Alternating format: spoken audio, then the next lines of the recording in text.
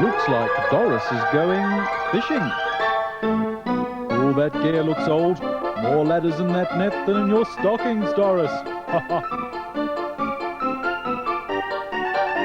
Managed to get all the rods in. And, of course, the buoy. Oh, but look, Doris, you've forgotten one rod. Where are you going to put it? Oh, it'll never be safe there. Now, have you checked the weather? Have you?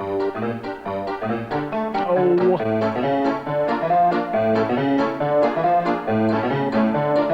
So, here we are at the rocks. Now, check the swell, Doris. Oh.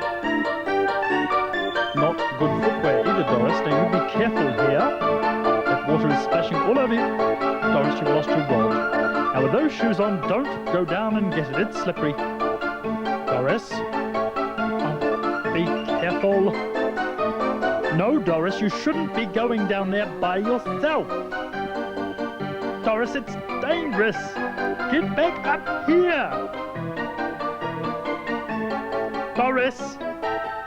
Doris, it's dangerous. Doris. Doris.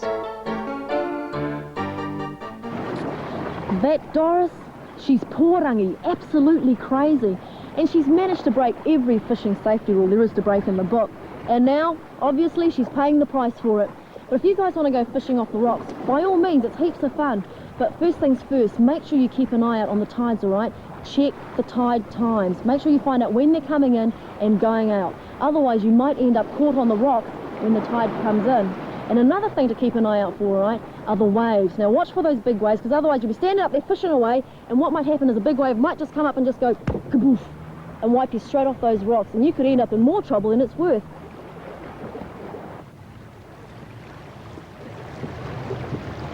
Now, old Doris, she's a bit of a fashion victim, but it certainly didn't help her when she fell into the water.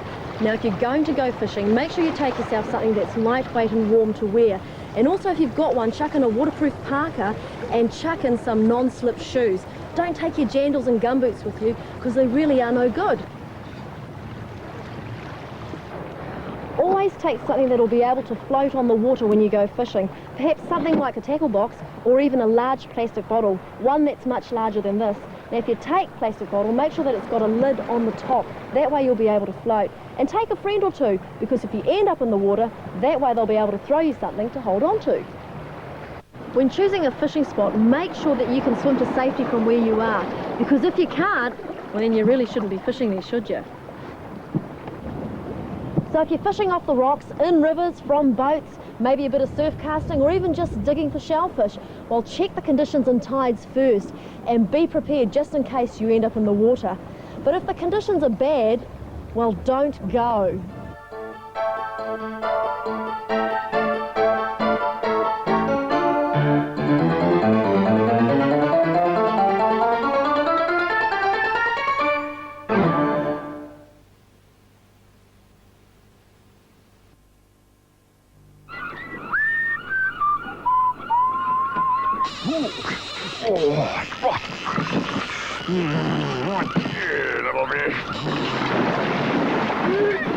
Hey, man, where's your life jacket? You have no business being out here without it. You know what I think of humans that don't wear life jackets?